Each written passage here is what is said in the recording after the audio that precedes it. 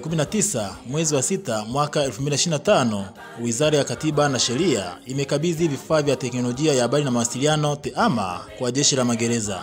Akiongea katika tukio hilo lililofanyika katika ofisi za Wizara ya Katiba na Sheria jijini Dodoma, Naibu Katibu Mkuu wa Wizara hiyo ya Katiba na Sheria Dr. Franklin Rwezimura amekuwa na haya ya kusema. Wizara ya Katiba na Sheria leo nimekabidhi vifaa kwa niaba yao.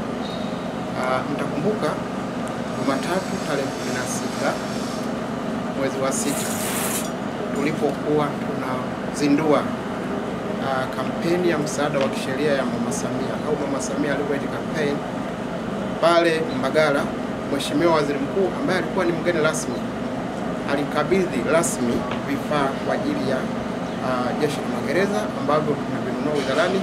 Sasa leo ndo tunakabidhi seti 30 kabisa zote kwa Jeshi la Magereza, na haya ni matokeo ya kampeni ya msaada wa kisheria ya Mama Samia au Mama Samia Legal Campaign ambayo ilianza mwaka 2023 Aprili, na mojawapo ya maeneo tuliyoyatembelea au ambayo tumeyatembelea ni Jeshi la Magereza, na mambo ambayo tuligundua ni pamoja na Jeshi la Magereza kutumia muda mwingi kusafirisha baadhi ya wafungwa kuwapeleka kwenye kesi. Lakini tutakumbuka pia serikali ya awamu ya 6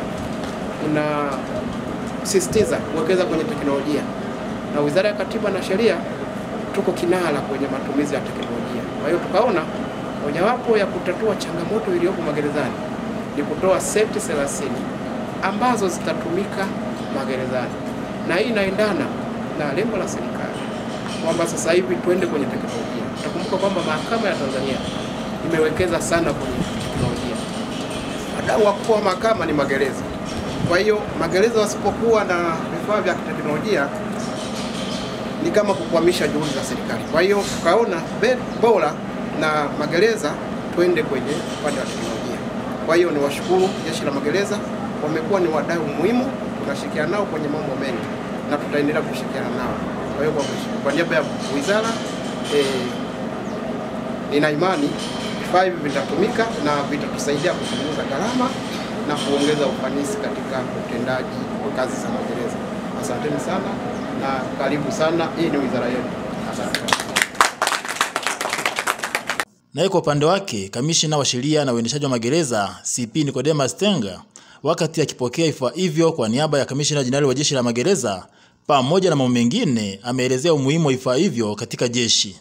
Katika Jeshi la Magereza, shughuli hii ya mahakama mtandao ilikuwa ipo katika magereza yetu 66 kati ya magereza 129 ambayo yapo.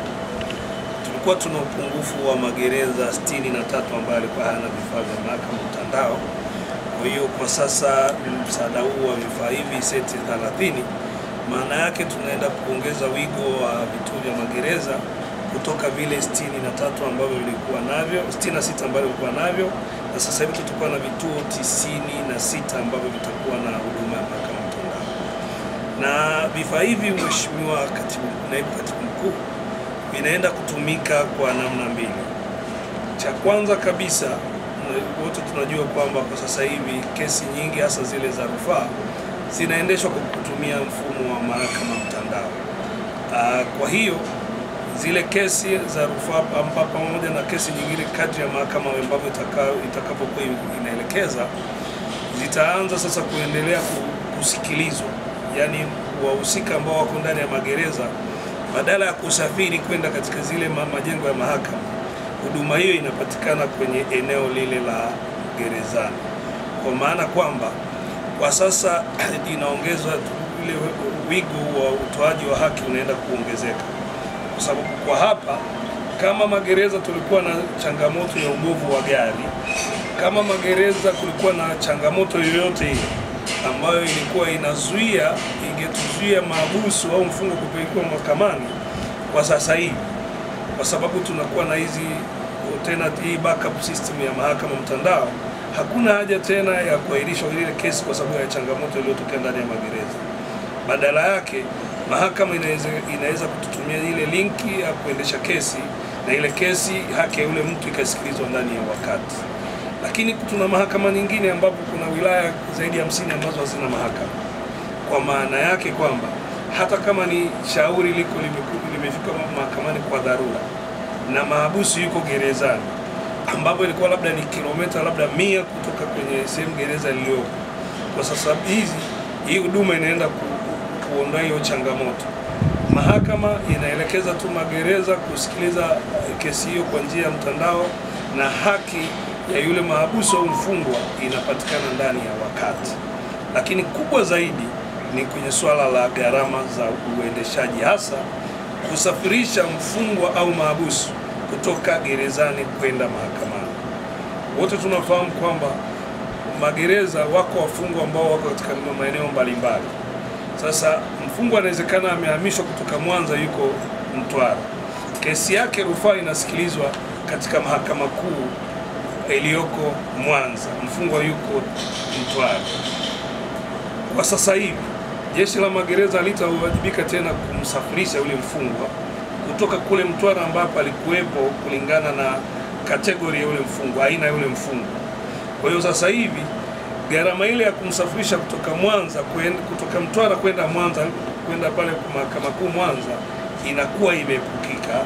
Lakini wale watumishi ambao walikuwa ni wasindikize yule mfungwa kutoka Mtwara kwenda Mwanza, lakini pia changamoto za kiusalama na hizo zote zile ambazo zingejitokeza barabarani kutoka Mtwara kufika Mwanza zinaenda kuepukika.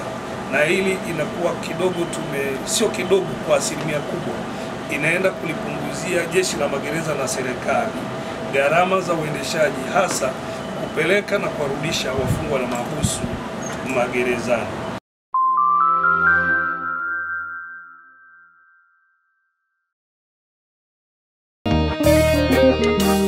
TEHAMA ni msingi wa taifa endelevu,